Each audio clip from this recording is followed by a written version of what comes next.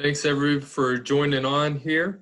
Uh, Michael, to tell you what I'm so excited about today. As you know, I've got a couple of daughters. One of them is an 8-year-old. Whenever I'm riding around with her in the car, she likes to listen to an audiobook. And one of the characters in the audiobook always uses the word ridiculous over and over again. He goes, ridiculous. And all this morning, I've been thinking to myself, we have a ridiculous amount of talent and wisdom on our webinar today. And so a unique drawing together of people that bring so much wealth to this table when it comes to knowledge of the environmental justice movement. And so excited to be with us. Malcolm, can you get us started with some theological framing and reflections as we get going here today? Absolutely. Brooks, thank you for inviting the guests that we have, and thank you all for agreeing. We are grateful that you are here. As I was sitting back and thinking about this particular webinar and lessons from our sisters that are on the front line, what came to mind was the story of Shiphrah and Puah. In the book of Exodus, you find a story of these two midwives who basically saved the people of Israel, or the Hebrew people, from the boys being destroyed, or the children being destroyed by the oppressive system, because there was environmental justice that was injustice that was taking place, and it had something to do with reproduction rights, and it had something to do with land use, and the way that they wanted to deal with that was to exterminate the people. And these sisters that we have on this particular webinar, and that of Dr. Adrienne Hollis, and that of Heather Toney, and that of Dr. Leslie Fields, and also Jackie Patterson, who will be joining us by phone as well at some point. These sisters are standing as midwives for generations that are to come, for those generations that are being, trying to be, are at present being exterminated due to toxic genocide, due to poor water quality, due to poor air quality, due to fossil fuel industries that are dead set on making profit over people. They stand in the in the gap for us. And we're grateful for them today, and we want to hear all that they have to say. And we look forward to hearing everything that they have to say. Thank you for your time. Great. Thank you, Michael, for that theological framing. I'm going to introduce our speakers now. First up, we have got Heather McTeer Toney, who is the National Field Director for Moms Clean Air Force. In 2014, she was appointed by President Barack Obama to serve as the Regional Administrator for the Environmental Protection Agency's Southeast region. She has also served as the first African-American, first female, and youngest mayor of Greenville, Mississippi. She holds a bachelor's degree from Spelman College in Atlanta and a law degree from Tulane University. I always love it when bios offer personal tidbits. She loves triathlons, bacon, and old classic cars. That's a great combination. I'm drawn to the bacon personally, but that's great. We're delighted to have Heather with us. We also have with us Leslie Fields, who is the Senior Director of Environmental Justice and Healthy Communities for the Sierra Club. She has over 20 years of federal, state, local, and environmental justice experience in environmental law and policy. And yeah, I've got okay. Yep, I'll be out there in a second. I've got a 4-year-old who's sick and at home, and so she's joining there. But so we've got Fields was, as I said, was Has this wealth of experience. She was appointed by President Obama to serve on the board of directors of the Mickey Leland Urban Air Toxics and Research Center. She serves on the board of the Children's Environmental Health Network, as well as the Adesso African Solutions.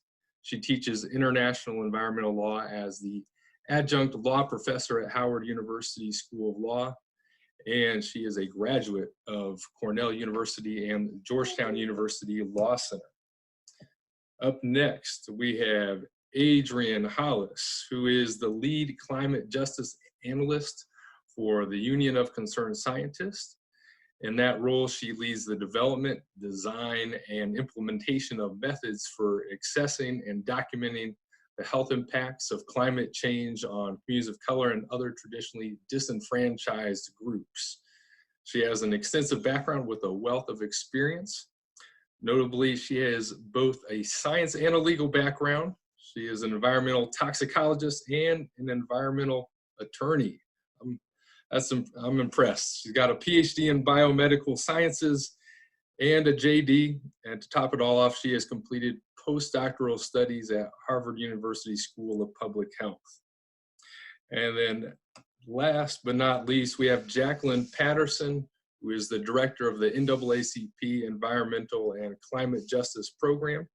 She has worked as a researcher, program manager, coordinator, advocate, and activist working on women's rights, violence against women, HIV and AIDS, racial justice, economic justice, and environmental justice. I love the titles of her publications because I want to go out and read all of them. Some of the titles are Jobs versus Health and An Unnecessary Dilemma. Climate Change is a Civil Rights Issue. Disasters, Climate Change Uproot Women of Color. Cold-Blooded, Putting Profits Before People. And the People Shall Lead, Centralizing Frontline Community Leadership in the Movement Towards a Sustainable Planet, are relevant directly to our topic for today as we focus on lessons from the front lines. Patterson holds a master's degree in social work from the University of Maryland and a master's degree in public health from Johns Hopkins University.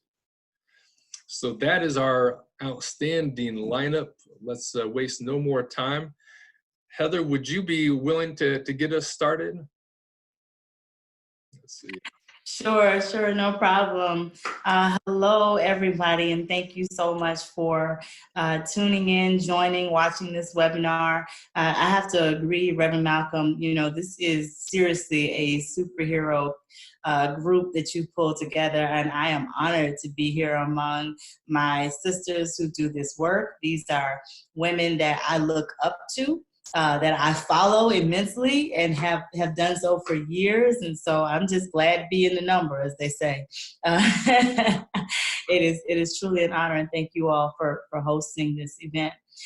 You asked us to share lessons from the front line and to get to know us and how we came into this work and sort of our encouragement and motivation of staying in this work, as well as some of the challenges that we've experienced. And, you know, when I thought about that, and Reverend Malcom, even in your opening statements of sort of being midwives, I reflected immediately on who I think was my midwife bringing me into this work, even when I didn't know I was doing it. And that was Lisa Jackson, who was the administrator for EPA.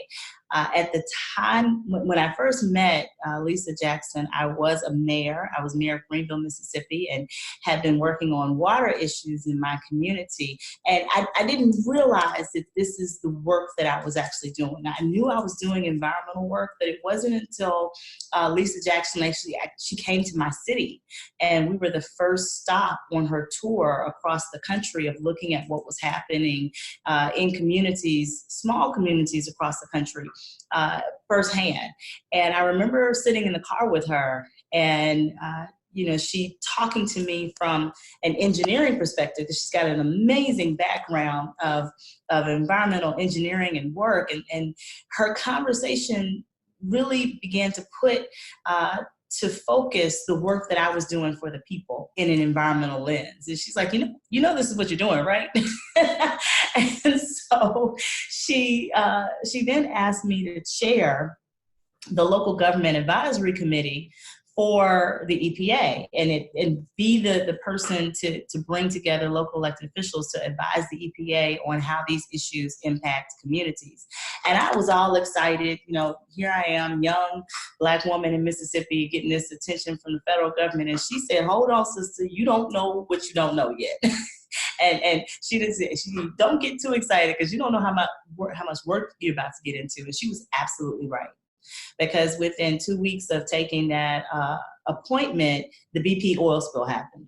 And so immediately I was thrust into galvanizing other elected officials and encouraging and really pushing EPA to talk to people on the ground and listen to those lessons in making decisions. And so, you know, you're right. It was a midwifing process for me. And I think even now, as I've stayed not only in this struggle from the perspective of government, but now with Moms Clean Air Force and working with non-governmental organizations that need to maintain the voice of the people and understand that being at tables means that you're carrying the voice of the people who need their voices carried. And it's a very, very important task. And it's one that I never forget. And I try to remember wherever I am. So from EPA being in the local government advisory committee to then being regional administrator for the entire Southeast, which includes all the red states. But more importantly to me was a lot of environmental justice communities from Mississippi to Florida to Alabama, a quarter of the nation's population, but also a very, very diverse mix of communities that are dealing with generational environmental concerns and issues. It was still that voice that said you're sitting and you're talking on behalf of the people. It's important to help elevate those folks' voices and to keep the main thing the main thing. Don't ever forget where you come from. So I think about that as, you know, my lesson from the front line is recognizing that these issues of environmental injustices, of climate crisis and disaster, not only have a light on them now, but they have existed for years. There are people who have been in this work for years and just have never had an opportunity to really have their voice shown and elevated, and that was part of my job.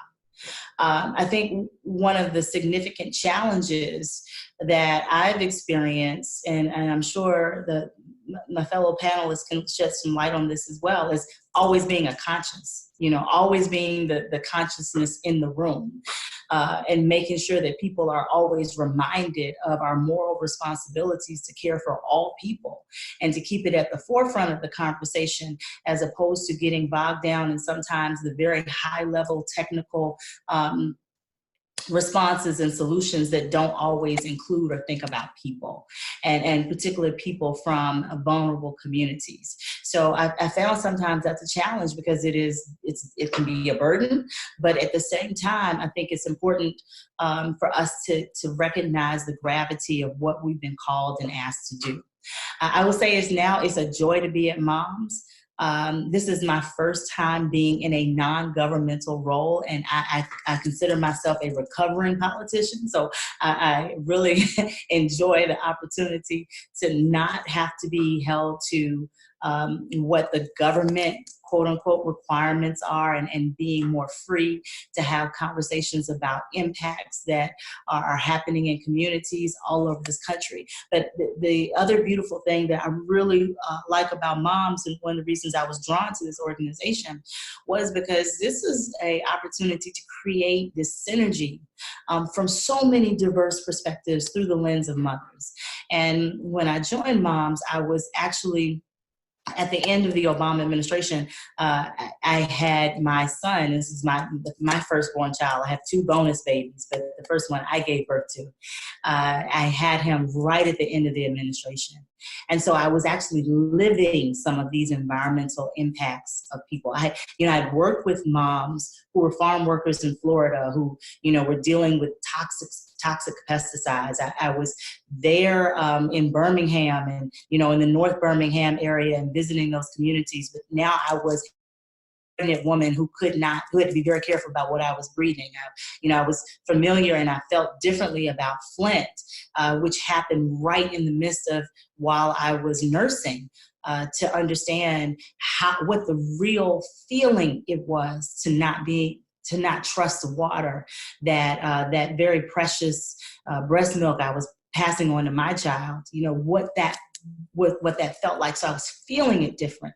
And I think it just really connected with me that Moms was connecting with all of these mothers from so many different backgrounds, but united in the one thing of making sure that we were protecting our children, no matter where they came from, no matter what they look like, from these harmful dangers of air pollution and climate. So that really resonated with me. It does now to this day.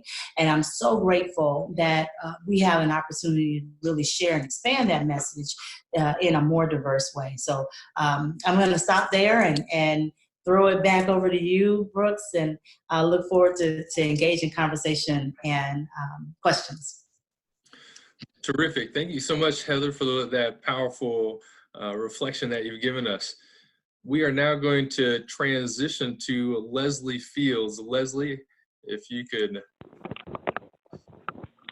Hi, good afternoon, everybody. And I really appreciate this opportunity to be part of this superstar all-women panel. It's really exciting, and I've been looking forward to this all week. And I want to thank everyone involved, and I want to thank Dr. Berndt and also Reverend Malcom and Reverend Brooks and my fellow panelists, who I hold in the highest esteem and regard, and admire them very, very much. And I also thank you, Heather, for that great opening and your hard act to follow. But I appreciate this time to just, have some reflections. And I really feel very blessed and privileged to be able to do this work. And I'm with the Sierra Club, as has been stated. We are the largest and oldest mainstream environmental organization. We have 63 chapters around the country, including Puerto Rico. And we've also, I'm proud to say, been doing environmental justice since the early 90s. And so I've been here 12 years, and it's been 12 never a dull moment years. And I'm also a practicing Catholic. And I'm a member of Holy Comfort of St. Cyprian Church in Washington, D.C. And I've been a Catholic all my life, but I've always kind of, when it came to the environmental justice, I've been involved for over 20 years, as been stated. And I started out actually really doing it with NAACP when I was living in Texas and volunteering for the state chapter of the Texas state chapter of the NAACP. And the state chapter president, his name is Gary Bledsoe. He's still the state chapter president. He's on the national board. And 25 years ago, we were the young guns, and the young guard, and he'd throw us out, and every weekend we would go out. And I drove all over Region 6, Texas, Oklahoma, Arkansas, New Mexico, and Louisiana, and on issues that our chapters were dealing with. And I drove out one time to Midland, Odessa from Austin, which is where I was living, and taped the map to the dashboard and put a magic marker where I needed to go. And young people now are horrified because this is before GPS. And I got to a place in Odessa where on the crossroads of I-10, and there was a Dynagen, a synthetic rubber plant next to a small school of Black and Latino kids. And I got out of the car coughing and gagging, and I really started my career doing school sighting cases because I just couldn't believe where our kids were had to go to school. All over the country and all over that region. There's schools next to synthetic rubber plants and refineries and lead smelters and highways. And it's still happening. It's just outrageous. And so on toxic dumps. And so that's how I got started. I also was working in farm worker advocacy a little bit while I was in law school, and making those connections around the pesticide poisoning and the women working in maquiladores on the Texas border, and the exposure of birth defects and their kids having birth defects. So it's been, I really feel that environmental justice is the vanguard of the environmental movement. It's global. It's taken me all over the world.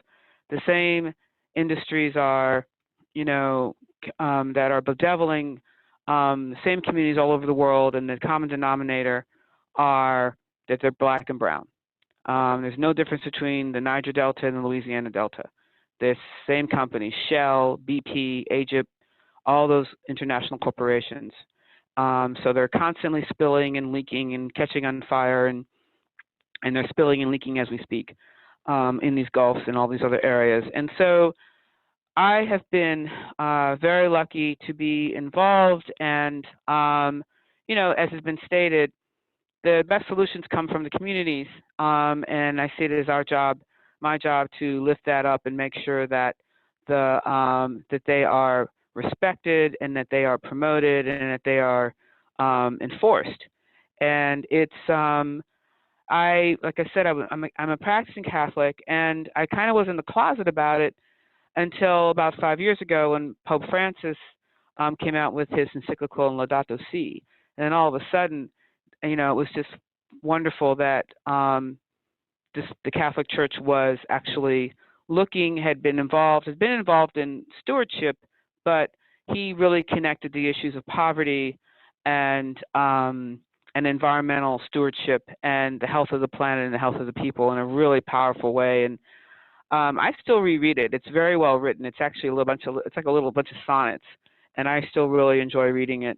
And I also am inspired by so many of the people I've been able to work with. And I think what resonates for me is my favorite chapter in the Sierra Club is our Puerto Rico chapter, because they connect everything to culture and to love and to preserving the natural and the cultural and spiritual environment. And this can be very, very joyous work, and it should be joyous work. And so when you protect the natural environment, you're also protecting people's cultures, and you're protecting their spirituality. And I've been privileged to see that in many other places too, working with our colleagues on the Navajo Reservation and their spiritual practices around protecting their water and facing up to, you know, generations of uranium mining pollution. That is something that has always resonated for me. The challenges have been working in a predominantly white organization, and also hasn't been easy, but I'm proud to say our Sierra Club is committed to equity and inclusion in a huge way now, putting a lot of resources to it and investing in it and making sure that it's infused within the organization. And so I'm really proud that work is being done. And also, but it has been challenging because we were founded in 1892. So what happened we're really just a microcosm of the rest of society. And so they had white supremacist roots as well. And we were, grappling with that legacy. And, but I think that what's important is that there's so many ways to get involved. And that's what I love about environmental justice, is that you can be a professional, you can be a student, you can be an abuela, a grandmama, and you can get involved any kind of way and just about protecting your community. And that's what's really wonderful. And you don't have to formally join an organization. All you have to do is care. It could be just nurturing your garden and nurturing your children, nurturing your community. And it's got, we really are in a crisis right now with climate change and it exacerbating all existing inequalities.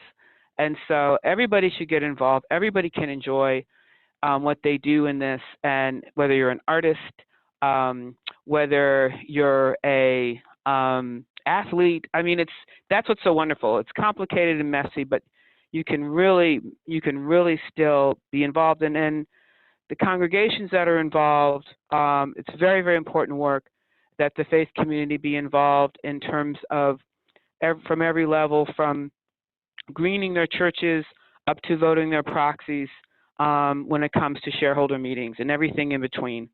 There's so many ways for congregations to get involved of all faiths. And I'll stop there and look forward to the discussion. Thank you so much for this opportunity. Thank you, Leslie. That was terrific. And I appreciate the background and knowledge you bring from the Sierra Club. We'll now transfer to Jacqueline Patterson, who I will bring online for us. And just give me a second here. Thank you so much. It is truly an honor to be here with you all. Thank you so much to Reverend Brooks and to Reverend Malcom for organizing this conversation. And I'm just honored, as everyone has said, to be on with these awesome sisters who continue to inspire me with with the words on this call, as well as with the great work that they do. So I feel like in honored company. So thank you all. So I guess I'll start with a few words of background, and then I'll probably start with challenges and then end in motivation. So I don't end on a grim note, but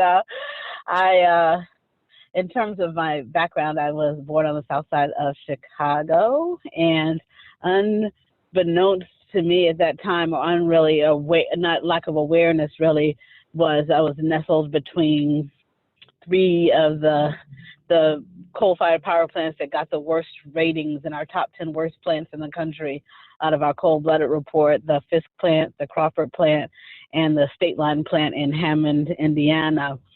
So I was born squarely in an EJ community, and not too far away from a landfill, not to mention the near roadway air pollution that impacted that area. So again, just without awareness, only now retrospective awareness of all the kids in our school who had asthma, all the folks in the church who were on respirators and so forth, and now kind of viewing all of that in context has been quite enlightening and grounding in terms of this work. I was born my mom was from Mississippi, so she came up to Chicago through I'll put it in quotes so you can't see, Great Migration. And my dad was from Jamaica. And so my dad being from Jamaica meant that our childhood was spent between Chicago and often going back to Jamaica, where he was from. And really, whether it's in Chicago, where he was very insistent upon us being outside and taking us to parks and exposing us to nature, because nature was such an integral part of his upbringing. And then being in Jamaica also, where just the sheer beauty and healing properties of the water and the culture there were such an integral part of my childhood. Again, something I kind of took for granted during that time. But now is a lot more consciously a part of my life and healing practices, even for myself. So that was interesting, kind of in terms of beginnings that were part of my formation that I wasn't necessarily 100% aware of. Fast forward, well, not fast too far forward, but then I ended up serving in Jamaica in Peace Corps. And this is where you even start to see some of the relationships as well. I was in Peace Corps in Jamaica because they decided that I would be able to survive Jamaica, because Jamaica has a high rate of attrition. A lot of people who go into Peace Corps there and drop out. And then we start to see all these interconnections that Leslie was referring to in terms of, imperialism and capitalism and globalization and so forth, and how it's affecting these various nations and its impacts on society and so forth. So the very thing that brought me there were some of the very social ills that are part and parcel of this whole climate crisis. And so I was in Jamaica, and incidentally, my first primary project was working with serving teachers who were doing special ed training. But my secondary project ended up happening because I was living in a community where the water supply was contaminated by Shell oil. And it was my first exposure to this David and Goliath relationship between EJ communities and large corporations. And that was kind of the beginning of my understanding of the activist side of this work. And then most recently, or not most recently, but a little bit before I joined the NAACP, as I was ending one position, actually doing international faith-based work on health and human rights, I ended up going in and volunteering for 6 weeks in the post-Katrina situation, and there really seeing the impacts of disasters on our communities. So all of that was kind of motivating and grounding, and through another series of interconnected steps led me to where I am today. So now that I've eaten up a whole 5 minutes of my 7 minutes, I'll quickly rush you through in the last 2 minutes or so the challenges and the motivations. I would say my top 3 challenges are, one, just expectations, unmanageable expectations of myself and by others. Just last night, I was accosted by someone who has really appointed himself to be my personal troll at a event that I was speaking at, and he literally vowed to stalk me wherever he can find me and expose me for the fraud that I am because I'm not doing what he needs for his communities. And even though I say that somewhat because I'm still in a post-traumatic situation with that, but part of it is when I say my expectations and others' expectations is the reality of what he's facing and the pain that he's facing and the trauma of being in each one of the many EJ communities that are proliferated across this nation because of the very dynamics that others have spoken about. And yes, he's made me the target of his anger and disappointment and hurt because I'm not doing what he wants me to do. But it's really, again, a symptom of the larger issue of the many communities that are in trauma and are in pain. And my challenge is trying to figure out how best placed I am in this larger movement to use where I am to do the best that I can in that work. And so just in the 1 minute remaining, I'll fast forward to what motivates me, and that is the various communities that I work with across the country that are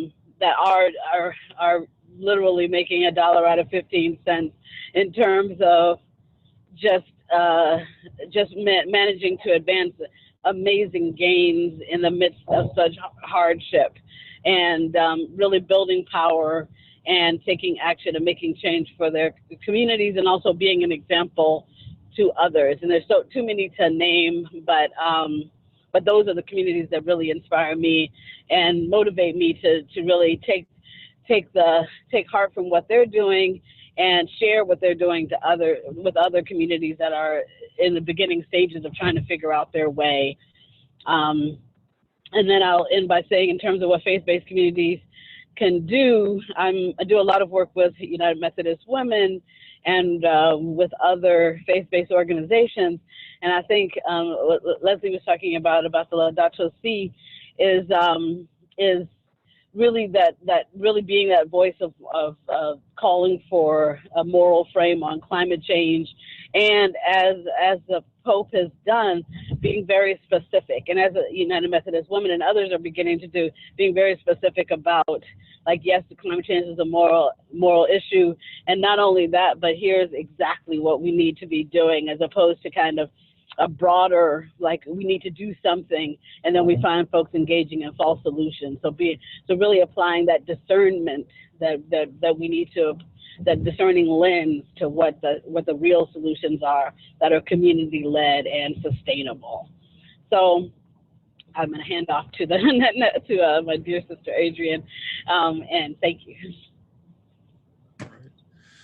Thank you, Jackie. And now we will turn to our final panelist. Adrienne, take it away. So thank you. First of all, thank you guys for having me and having us. And I'm so excited to be here with these powerful women, Black Girl Magic, in the house. I have to to say that being last sucks, because they're hard acts to follow, but I will do my best. So one thing I have in common, it appears with a lot of people, a lot of us here, is that I too was grew up in the South. I grew up in Mobile, Alabama, although I was born in Detroit, Michigan. So I have to shout out Detroit. My earliest recollection of issues around contamination, I grew up in, poor and in the smelling range of the paper mill. And, we were told that that rotten egg smell was the way money was the way money smelled, so that we shouldn't complain. And I was telling this story recently that I remember my mom had bought me a white two-piece bathing suit, because we didn't call them bikinis when you're a little girl. And there were only certain beaches that we could really go to near Mobile. And I remember getting in the water, and maybe not even an hour later getting out, and there was this huge streak of oil across my swimsuit. And so it was never white again, no matter how much we tried to get it out. And that's the kind of water that we had to swim in, So between that and just this general smell, I feel like I can relate on some level. Although when I was young, I did not know that this is where I would be.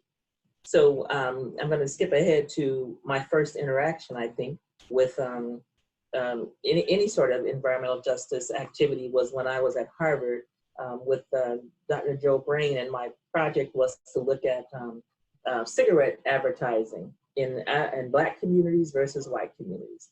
And what I noticed was that in the Black communities, the target was the young people. And so the billboards were at eye level, and the message was, hey, if you smoke, you'll be cool. And in the other communities, they were above the road level, so you didn't see it that often, and it was really sort of like one person, like the Marlboro Man or something. So it was a different message and a different audience that the cigarette companies were targeting.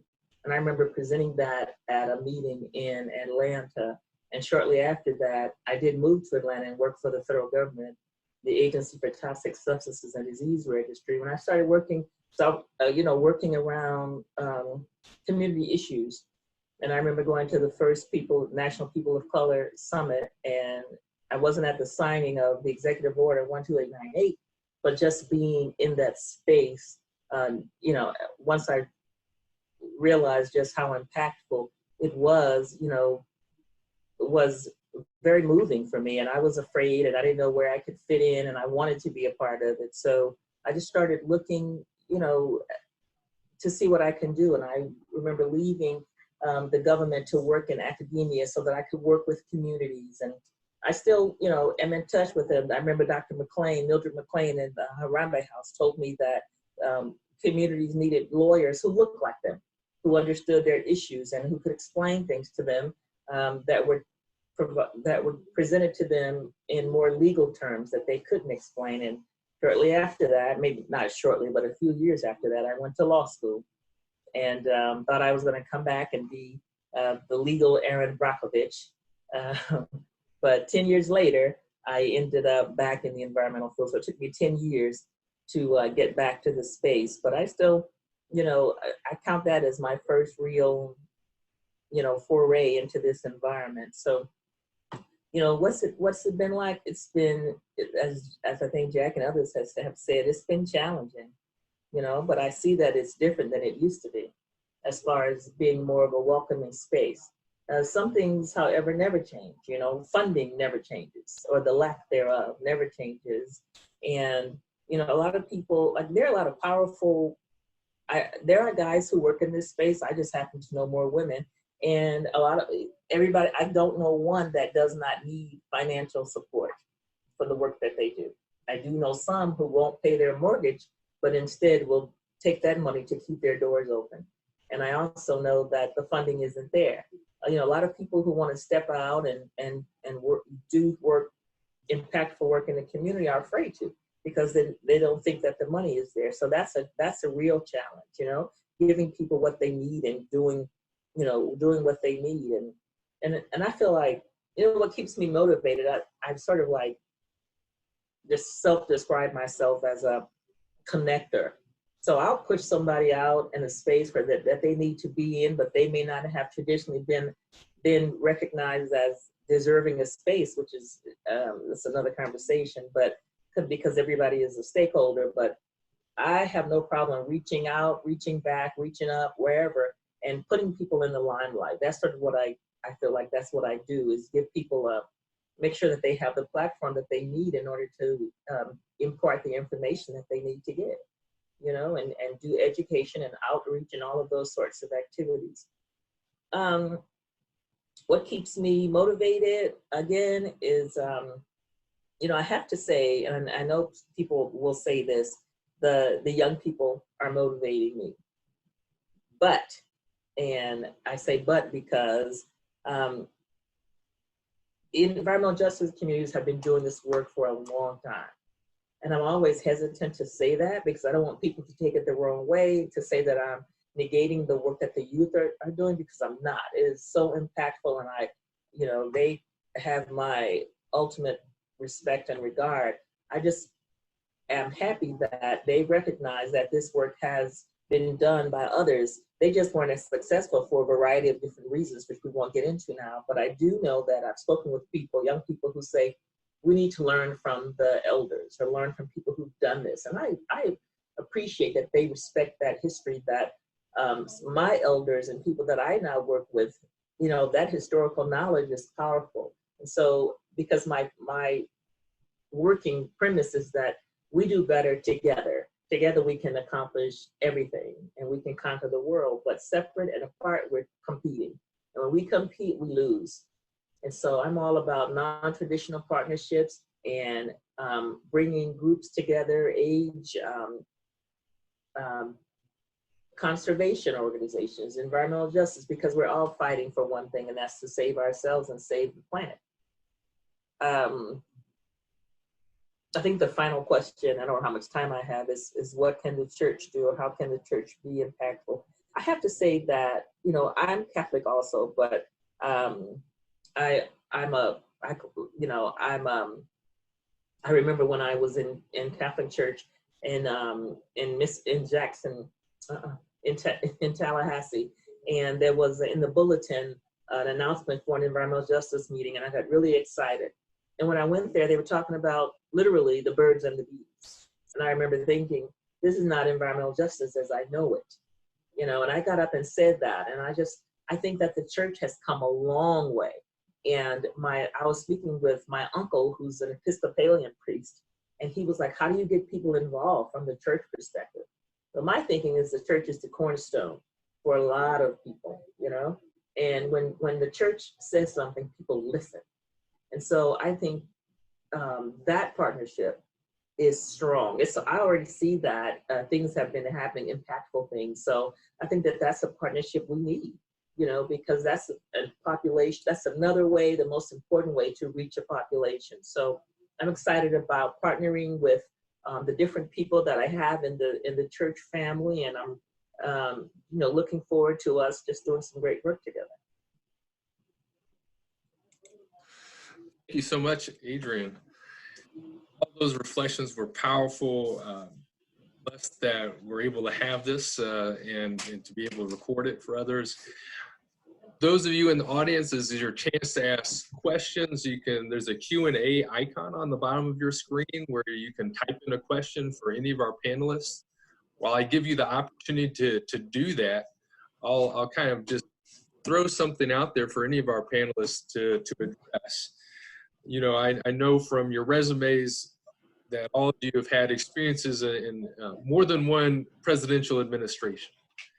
And so I'm wondering, as we go from administration to administration, as we're in this present moment with the Trump administration, what are you thinking in terms of the most effective strategies in our current climate? Where can we see and affect change? What should we be doing and thinking in terms of policy?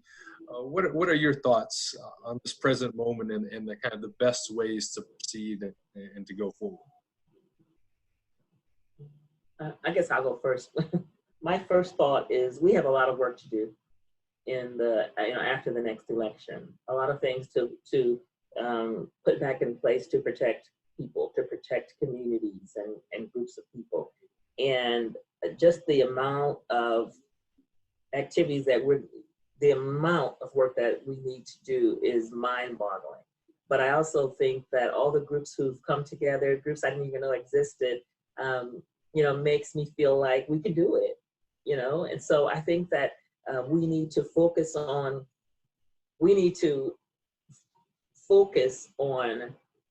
the issues at hand. We can't deal with hate. We can't deal with race baiting. We can't deal with any of that. We have to deal with what we need to do to protect ourselves and our fellow people who live on this planet. And I think if we do that, we're going to be extremely successful. Great, thank you.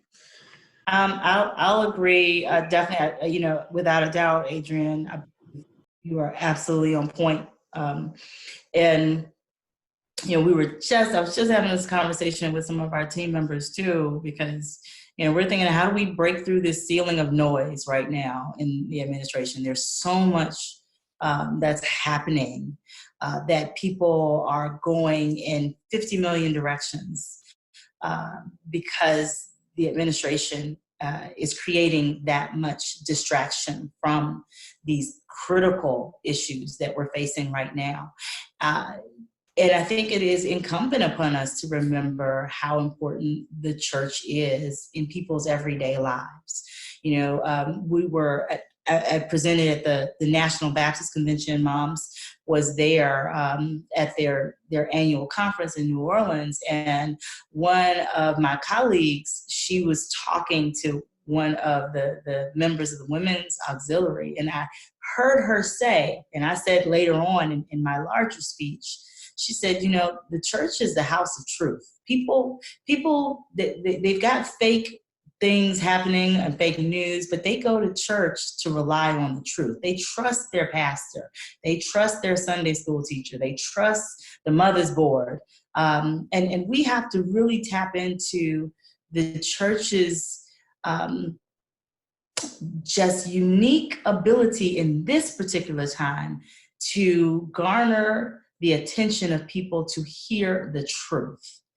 And if we can bridge the gap that some spaces of faith have, not all, but some of that have in terms of connecting climate and environmental justice to truth, I think it will get us a long way in breaking through the noise of the administration and put us on a good path to make those very swift changes that we're going to need to make with a new administration.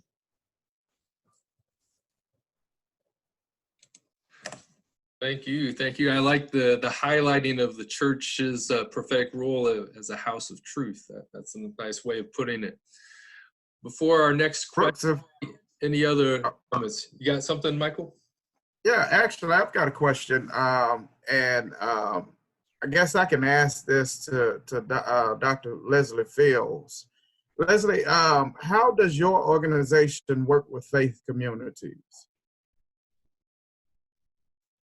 And I guess after I ask Leslie this, I can add, everybody else can answer as well.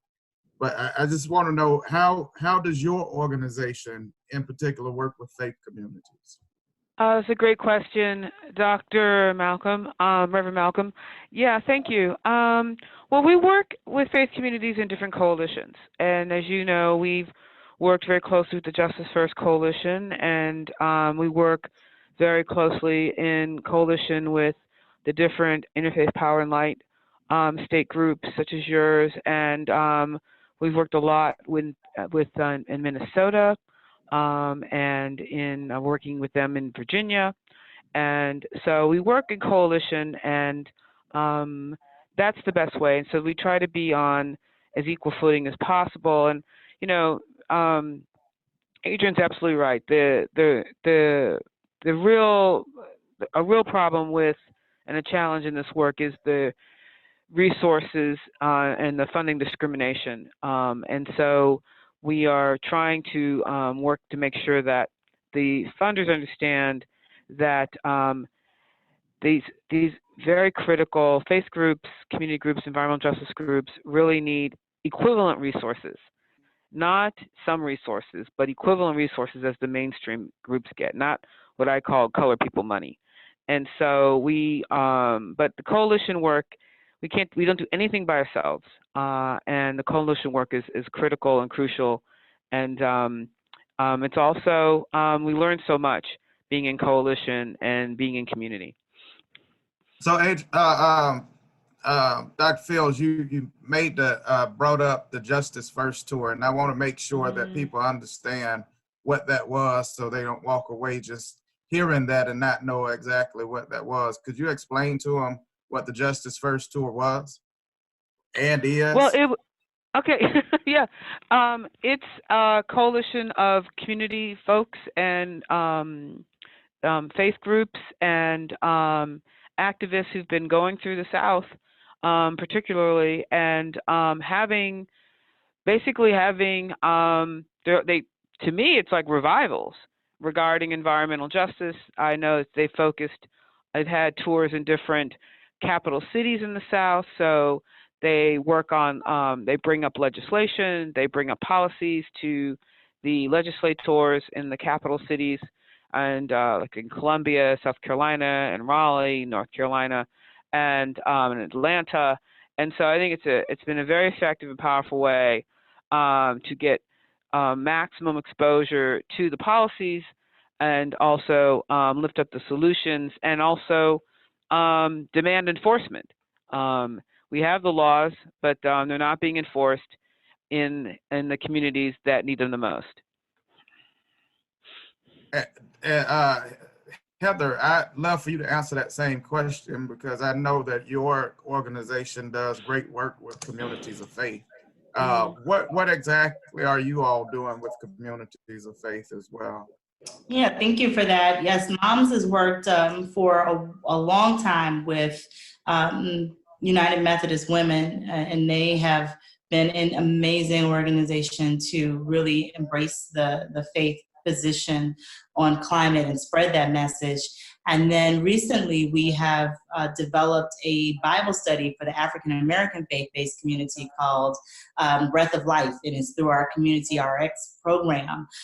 We really thought long and hard about the issues around environmental justice, but also recognize there's so many people who are already in this space and doing that work. We want to respect that and partner with them. And our area of focus is health issues with children, the environmental impacts of that. So Community RX is our environmental health justice, ensuring that when we're talking about children and the health impacts to children, we could discuss that from an EJ perspective, and then talk about it from the community of faith.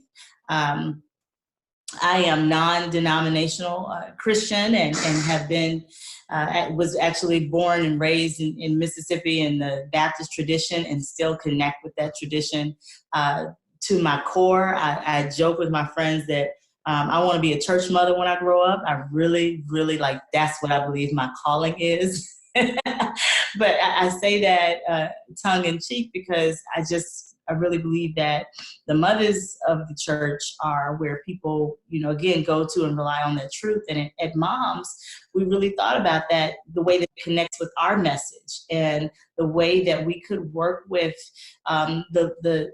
the matriarchal system within the church. And that's what we do with the Breath of Life Bible study.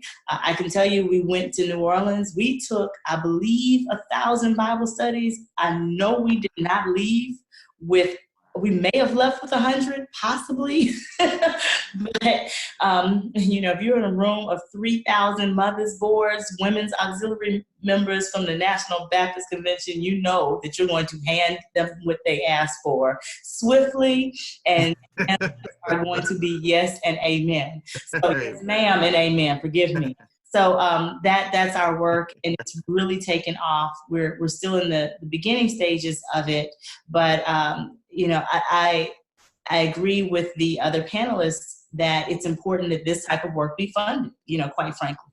And I saw one of the messages that one of the questions that actually was in the chat, I think someone was asking, you know, how do you reconcile working with traditional environmental groups who get a lot of funding and don't always work from an EJ perspective? I found that it's important to be on the inside at some of these tables so that you can influence that funding to go to places that are having an impact from an environmental justice perspective, but that we're also sharing and teaching in this conversation, you know, not just being at the table, but talking about why it's important to connect and to stay at the table, why it's important to invest in these types of resources and the returns that come back from them. You know, just inclusiveness has such a huge return factor that I think a lot of EJ traditional groups have missed out on. And they're recognizing now that we have to do this work together. So that's the work we're doing, and hopefully an answer to somebody's question as well. And I'd love to hear from Jackie Patterson as well as Dr. Hollis. And I want to synthesize this question because we've got quite a few questions that have been asked. One of them, Heather, you touched on, but another one that could be synthesized is you've got people that are new to this profession or this field, as well as some people that have been in it that are people of color. And what are some of the successes that you've been able to, or tips for success that you can give, as well as some of the tips to avoid some of the pitfalls that are out there as well? And that's for, I was asked for Jackie and Dr. Hollis, but whomever wants to jump in, hey. No, I was waiting to see if Jackie was gonna jump in. I don't know if she's still here, but I'll start. I am. Okay, oh, good. Thank you. Oh, you go. Oh, no, I was waiting for you to go. Thank you very much. Well, okay. Yeah. Well, you know what? I want to just clarify something right quick, Reverend Malcom. When we talk about the churches and everything, I want us, because we all work in them. I just want to put it out there that we also work with our indigenous peoples, because that is also spirituality in that regard, and that is just as important. Actually, maybe even more so, in that they were our indigenous brothers and sisters were giving us the message a long time ago about what we were doing to our planet, you know. And so I just want to recognize that. And as far as answering the question about things to do, advice for younger people, young people of color professionals, you know, I have one piece of advice. I'm going to be very short. You know, you can't follow anybody else's path, because I guarantee you the four of us on this webinar came from four different, all of us came from different perspectives. And so there is no pattern, there is no procedure, there is no guideline. You do what makes sense for you. Because the way I came at this, I got my law degree later in life, because it made sense to me to do things that I want to do. But you have to create your own path, and you cannot follow anybody else. But you do learn from other people. You know, you listen to those who've been doing this work, as I do, as we all do, because you don't want to make that same mistake. And there are a lot of lessons out there that people are willing to share with you. You just have to be open to learning, I guess. Turn it over, Jackie. Thank you very much. I think that is that's very smart advice. And I know we're at time here, so I will just echo that sentiment. And also I would just say that we always need to stay heart-centered in this work, because, just because too often, whether it's funder-driven or otherwise, this kind of nonprofit industrial complex, that sometimes we can program ourselves out of remembering the heart of this work, and of ourselves, and of the people that we're in community with. So I would say much more, but we are at 11:01, or whatever time it is on your side. 2:01, I guess. Thank you. Hi, this is Leslie. Can I add something, please? Go for it. Yes, ma'am. Okay, thank you. Thank you all. I just wanted to bring up, I also wanted to, lift up that, what Jackie mentioned earlier, that people face a lot of intimidation and communities face a lot of hardship doing this work. And I think I'm hoping that we can follow up with Ms. Jackie and figure out a way to help her with this situation that she talked about, because it's very serious, and we should take these things very seriously when we hear about our colleagues in communities who are getting harassed and people are trying to intimidate them for trying to protect their communities and promote environmental justice. Hey, this is I could not agree with that more. In fact, Jackie, when you were talking about it, like, man, I've been there. When people think that you can, because you're the only Black or brown face in the room, they think that you are the person who should be able to solve all the problems immediately. And it's hard, it is very, very difficult. So because we're all on this call with faith-based community and people, the first thing I ask is that everybody, of course, pray. But also, I believe that prayer without works is dead. Faith without works is dead. Both prayer and faith without works is dead. And that, we do things like follow each other on Twitter and Facebook. And when you see people who are trolling, that you step in and say something. And, whenever we're around at each other at events, trying to make sure that we're always connecting with one another, which is stuff I know we do anyway. I'm always happy to see Adrienne somewhere. I go hug her neck, or, talking with Jackie or Leslie, because this connectivity, it's also a protection that we have to really circle ourselves around. So thank you for raising that, Leslie, and Jackie, I got you wherever you are. That's what's up. Jackie, you point them out, and I got them here. I ain't that far from Damascus Road. Right now. Listen, thank you all. Again, I am a huge fan of each and every one of you all, and each and every one of you all speak into my life personally and help to nurture me in this work. And I am so, so very much appreciative. And thank you, and thank you again. Brooks, I'll turn it over to you now to close us out. No, I think this is just lots of gratitude for this rich conversation, all of the wisdom that's come to us, and we will put together the resources that have been shared in the chat box, things that have been shared in your remarks. We'll put them together in an email, send them out to everybody who are registered for this, and we'll also send out a YouTube link for people who weren't able to join this. And I know this will live on in cyberspace, and so people will continue to get the blessings that you have shared through your knowledge and wisdom. So thank you to each of our four panelists. I almost don't want the time to end because it's been so good, but all good things must come to an end. We thank you so much. To everybody else, I'll let you know that our next Creation Justice webinar will be focused on what is a just transition, and we'll be focusing from a labor perspective for that webinar. So that will be coming up next month. So thank you again, everybody, and we are delighted and thankful ever so much for our panelists. Bye, everyone.